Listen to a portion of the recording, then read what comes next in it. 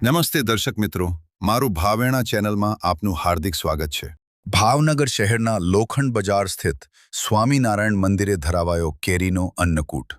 ભાવનગરના લોખંડ બજાર સ્વામિનારાયણ મંદિર ખાતે ભીમ 11ના પાવન પર્વે ભવ્ય કેરીનો અન્નકૂટ યોજાયો હતો। આ પ્રસંગે ભગવાન મહાપ્રભુને કેસર અને હાફૂસ સહિત વિવિધ પ્રકારની ઉત્તમ કેરીઓનો વિશેષ ભોગ ધરાવવામાં આવ્યા હતા। અન્નકૂટની આ તમામ કેરીઓ પ્રસાદ રૂપે દીન દુખી, ગરીબ અને જરૂરિયાતમંદ લોકોમાં વિતરણ કરવામાં આવશે। અહેવાલ હર્ષભાઈ રાવલ, ભાવનગર।